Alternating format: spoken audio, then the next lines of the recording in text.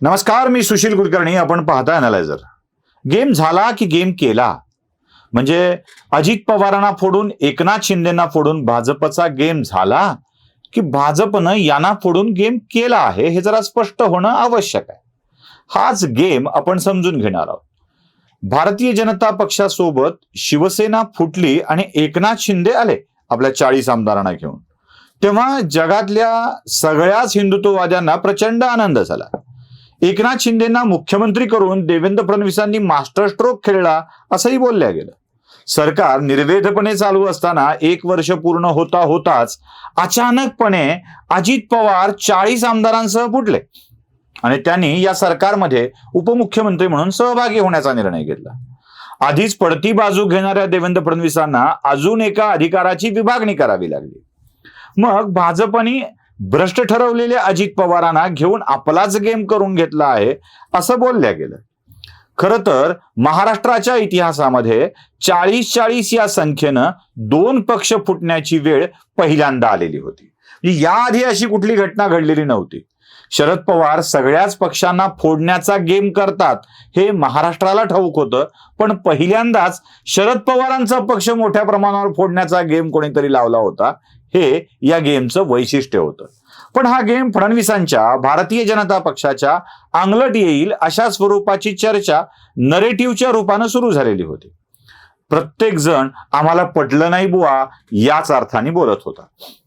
एक लक्षात घेतलं पाहिजे, जेव्हा विरोधकांची शक्ती एकवटते, जेव्हा विरोधक शक्तिशाली होऊन वार करायला लागतात, तेव्हा त्या वाराला वाचविण्यासाठी आपली शक्ती वाढवावी लागते. आणि जेव्हा आपण आपली शक्ती वाढवू शकत नसतो, तेव्हा विरोधकांची शक्ती कमी करायची असते. सोपं आहे. जेव्हा आपली लाईन वाढवण्याची वेळ उरलेली नसते, तेव्हा लोकांची लाईन कमी करण्याची वेळ राजकारणात असते. राजकारणात सगळ्याच खेळी खेळायच्या असतात.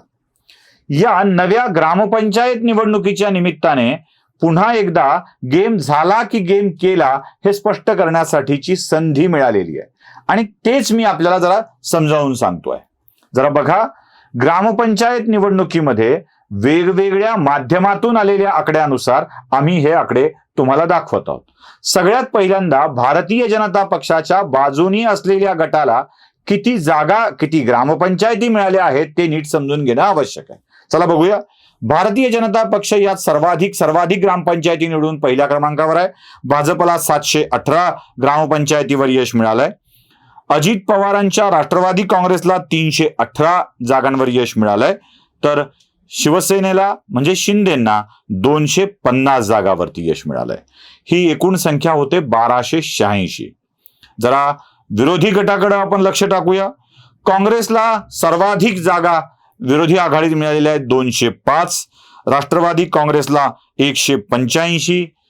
उबाठा गटाला 110.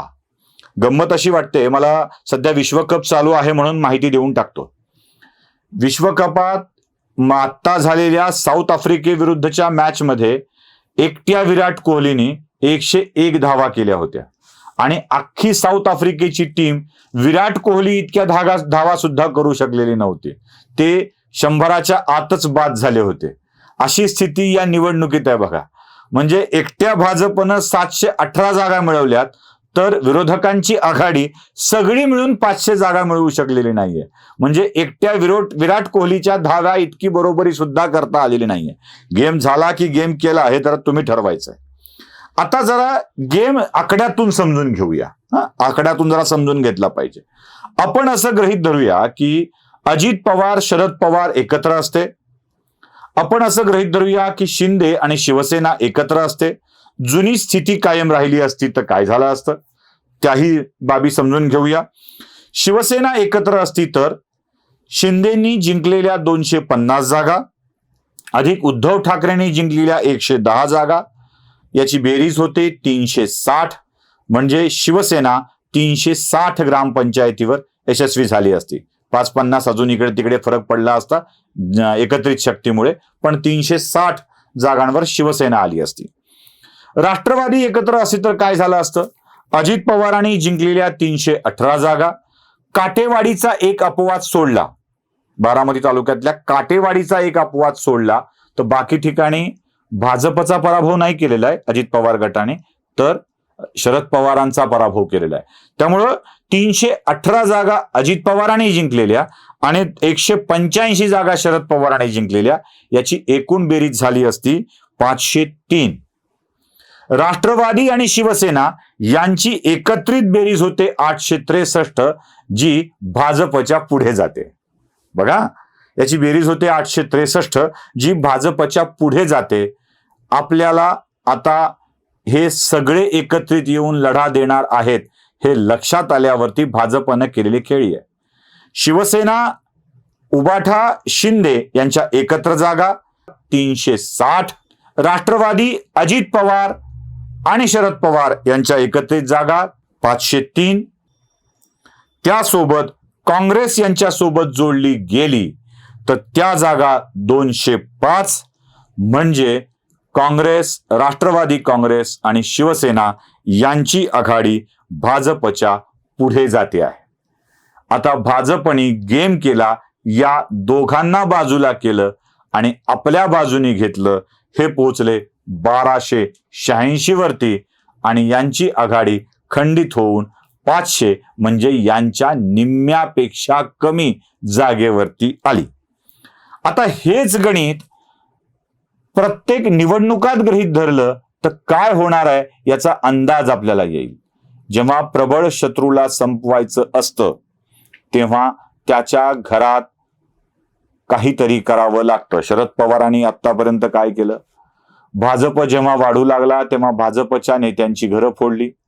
काँग्रेस जेव्हा वाढू लागला तेव्हा काँग्रेसच्या नेत्यांची घरं फोडली आणि आपली ताकद मोठी करून ठेवली.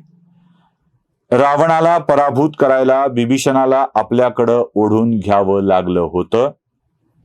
कौरवांचा पराभव करताना त्यांच्यातलेच काही लोक कृष्णाला आपल्याकडं घ्यावे लागले होते. कंसाला मारताना अक्रूर आपल्या बाजूनी कृष्णाला करावा लागला होता. जेव्हा दुष्ट शक्ती प्रचंड प्रभावशाली असते तेव्हा दुष्ट शक्तीचा निपात करताना ईश्वराने त्यांच्यातल्याच काही चांगल्या लोकांना आपल्याकडं घेतलं होतं. शत्रू जेव्हा प्रबळ असेल तेव्हा प्रबळ शत्रूला निपात करायचा असेल, पराभूत करायचं असेल तर त्यांच्यातल्याच काही लोकांना आपल्या बाजूनी घ्यावं लागतं. जो गेम शरद पवारांनी महाराष्ट्राच्या राजकारणात आतापर्यंत केला, दुसऱ्यांच्या सोबत केला, तोच गेम शरद पवारांपेक्षा प्रभावी असलेल्या देवेंद्र फडणवीसांनी शरद पवारांच्या सोबत वापरला आणि शरद पवार, उद्धव ठाकरे यांचा गेम केला. हे आपल्या लक्षात येईल आणि तोच गेम तुमच्या समोर मला मांडायचा होता. आता भाजपचा गेम झाला की भाजपने गेम केला याचा शोध तुम्हीच लावायचा आहे. व्हिडिओ आवडला असेल तर लाईक करा, शेअर करा, सबस्क्राईब करा. धन्यवाद.